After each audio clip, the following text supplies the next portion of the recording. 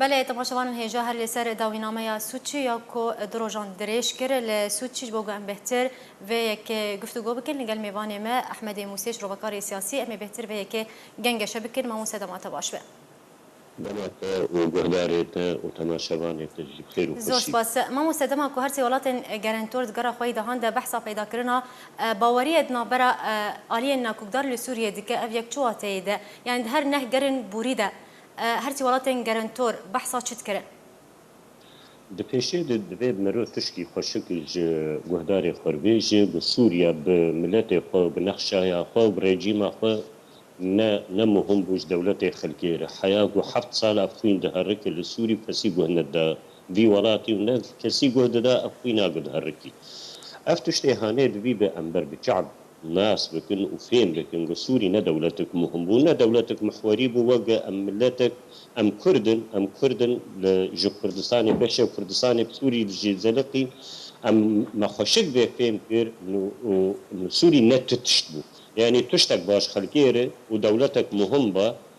وخلقي جميج به يعني دولت مزن وجميج به قريبانا چاره سري كربانا اما بين سوتشي جي وك جنيف وك اسبانيا وك انطاليا وك الرياض يعني قش هبدودو بشينه جيروكا سوتشي ودورودن وهي قالك جاريدن هبدوروني دباوريا مدهين تشيروك دريج نبوه تصورا قد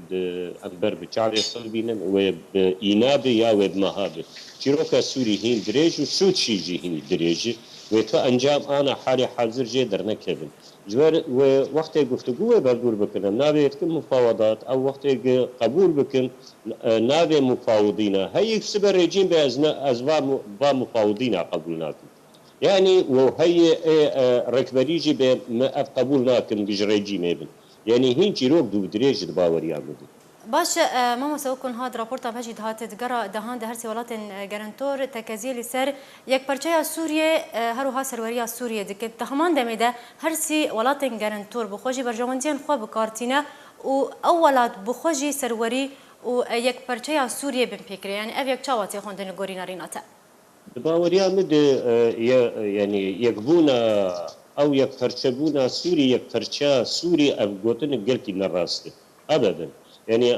بارا خدينا في جهل بيد الرجيم كتير قهاتي بيد وقهاتي بيد نا الرجيم كتير دبرا خوش بريد دبراوي بلكي تشتي لي دبوي درعاي او جي شوينا للرجيم مثلا هي نهاتي باكوري سوريا جي يعني نهاتي هريم كردستاني تب سوريا تبقى الرجيم بريد الولايات ما ينشوي اللي سبكر بو هبونا خايشه خوش خلكين نتاني خلك ندان قرتب اللي حرشار فرعي والجمبو زائد مطاري بالا فريوي زائد طياري فروكي ايش شركر وفوجاوينا ابراستي اللي اداريا بلكي تشكي بقر لي ريجيم وقت بري ورابط دستهلادا بالسرخاكا سوري ابقل كي تسري مدروناني آدم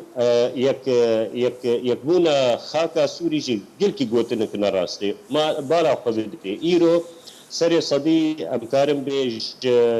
حیجده حیا 22 دو دست پردادی هگر پیاده سر عرضه نسر عرضه كيفا مجوارتي ناي دستوادي آدن ادلبو ومن بجو بابو نظالم شد دستي تركادي آدن دستي ايرانيادي يعني كايك فرشب يعني يقتيا سوريا الكما قلتن قلكي جينا راستك آدن وقت الروس وايراني بين إشي خوش ادلب ناينه املينا اخر الثاني اشترد بيجي وقت يقول ادلب اخر بالو وسوري برشور شباب ابقى دنيا وعالم بجبه ليقل ادلب خستانا واوجي كربانا بن كنترولا بشار الاسد ويشاغي من خوشك فيهم كربا قبراوي سوريا نا فيدراليزم به وسوريا وق بريب وبشار الاسد خرطبونا بريب لي ازنا باورم اشتغالي والراس بو اساسي وهب وبشار حياه قروس او كاتن ميدان ده بشتي باش ما وسوكو دخياني اوان ديانجي داوينامه سوچي دهاتيه ديار كرن كو هر سي ولات گارنتور تكزيه لسر منا سروك رژیم سوریه بشار الاسد كن قالوا اگر سروك رژیم سوریه يانجي رژیم سوریه پشتوانك بهز شخوره پیدا کرن لگوری نارینا تا و کارودانا و ویجاره و بچرنگی به دي سنه أما دي سبقرن دبيشي بشار الأسد وقت قتب رجيم أخوهاد قشورش جهف خستو بلا ولا كر بصاروخ خوب توب وتانجي خوب باللشكري خوب عسكري خوب أو سر نكر و فرق عسكريش خدشون مالي خطرده ونتبد بيزانن و قهدار هجاج زانن چون میلیشیاتانین او جب سر نکتن ایرانی تسر هاتن او جب سر نکتن لپیشا لشکر آزاد دشکستن ده داویه 2014 نزیکا آپازده حیا روسیا درباس موی سرخطه او رژیم انقاذ کریه یعنی دباوریا مد ایگتی رژیم انقاذ دکه روسیا اوه دستوری دین روسیا اوه زانبه چلو بشار حیا کنگی بهله ويتشلو به وتش عقودا بيب واقعين معناها بشار الأسد وك رئيس دبيبه صار صفقات أو عقودا واقعين أو عقود تجاري بن وصفقة بناء بن ودريج بن جينولو براحتي ليه دبق حياة دمكي بشار الأسد سرو كومار بجيبه دباوريا مدو بلكي دمن بيد ونولو بالناو ابدا وين السروق ما موسى يعني افيك ناي وتي ما موسى اگر ام بحثا دسكفتن رجيم اسد بكن يعني قالك نافتشين سوريا رژیم اسد جدز دا لین هات دمان هاده هدی رژیم اسد وان دورین کوجس و کتبون یان جدز دا بو جارا کدین کنترل دیکه مینا رقا مینا درازوره هر وها نافچین روجاوای کردستان ها هدی ودگره وان نافچین اف یک چواته ده یعنی رژیم اسد بسرکت یا نه دبي بتشي مرو خشب زانب قل سوري حرب الوكالات يعني تشتي بالا مرو دكشين جنش كده افشر سكني بالو خلكي لسوري قل هبدود خستن بكريب ابيك وجدلا خلكي الهبدود خستن يعني هجر اوبوزيسيون بريكفري بيان اسلامي بن شو السعوديه وقطر وترك وامريكا وفرنسا وبريطانيا سلاح وتردانوا جدلا باولاتا شر ذكرن هندري سوري هجر ريجيم وميليشيات بش جدلا روسيا وصين وايران شر ذكرن تب حزب الله وتب هنك طريق كرداجي بوارهبون يعني اب دبيب مرو خشك بزانب انه دم محور الهبدود خصن سر خاكا سوري تشتيج وقت دولته مزن هاتن والهبكر وحريق فعرا خش سوريستن وك مفتاق السياريخ طولو بمرينه ولو خلقه الشرد كرنج برحب ساكنين ابشترتي جمرور دبيجي حرب الوكالات بو وقت الشر وكالات ابي شو بي قناعات بن وبي اهداف بن كان جيبو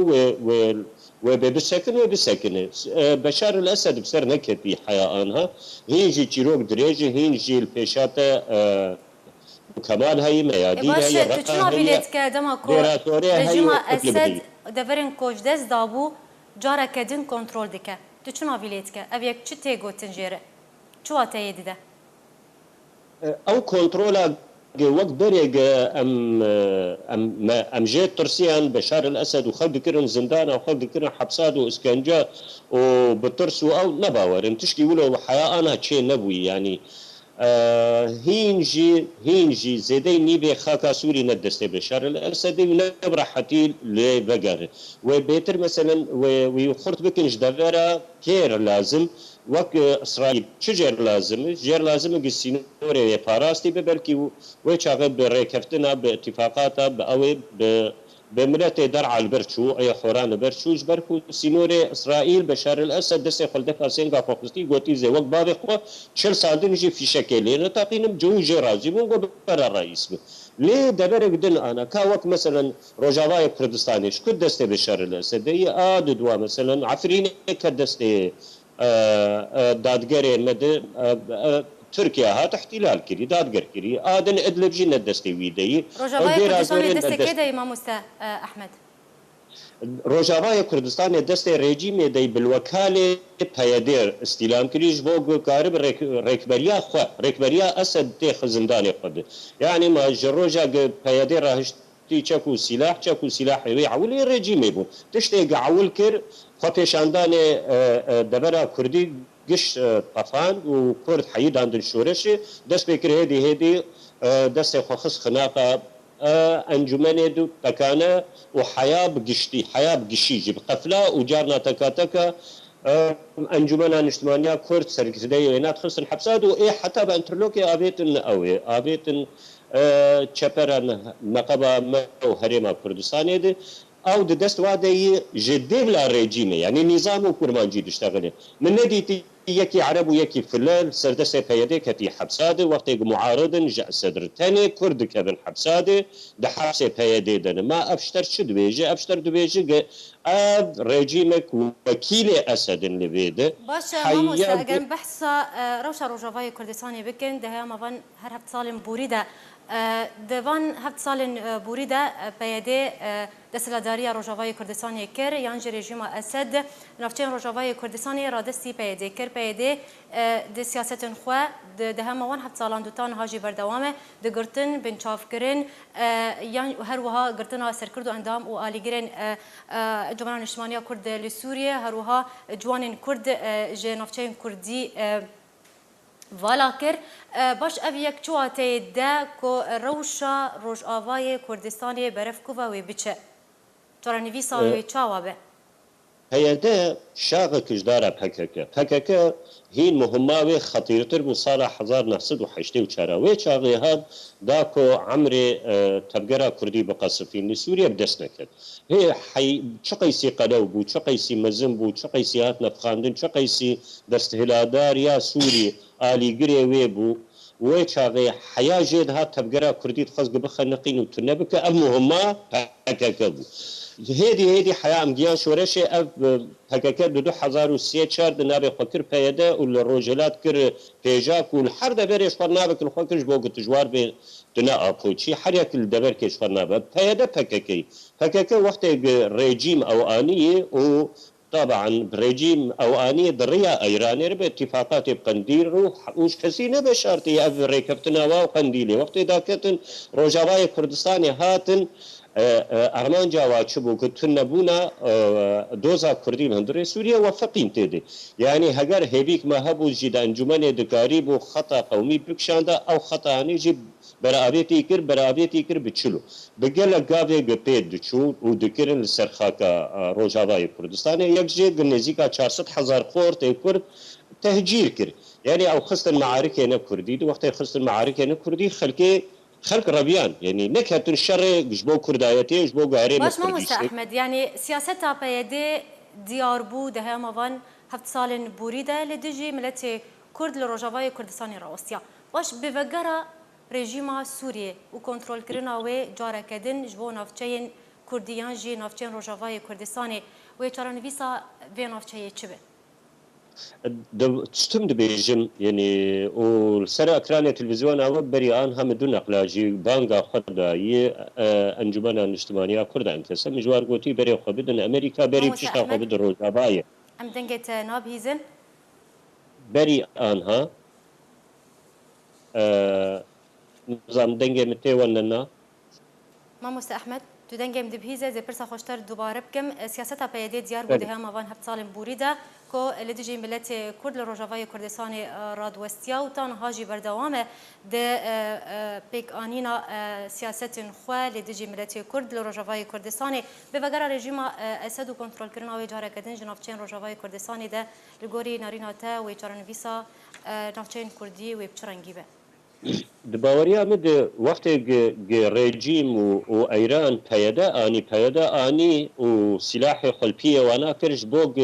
حيوان دوزا كردي لسوريا نهيل ويشاغي وقت بوغ حيوان دوزا كردي نهيل لسوريا شكر ام خستن شرنا دن نشرن كردي تجنيد اجباري بو دن وقت دبستان اي ريجيم كرن بزمان كردي وبجار كركر بزمان كردي ونمعترف دوليا ويشاغي خلق ربيان جدو سببار 400,000 فوت ربيان او عوائل جباك مجيج بوغ زاروك خوي بچوب قبكم بخواندن وبشهاده بدو زاروك خود ربيان يعني د دربي عشق لبشتا دوزا كردي كتيب بحردو هجري هاني بويناش ترد بيجي انجمن جي وقت قهاتي خنقاندن وكتي زندان او جبر هب خستي جبوغ دوز نمين بجار كيره بهوی مگه انجمن کاره به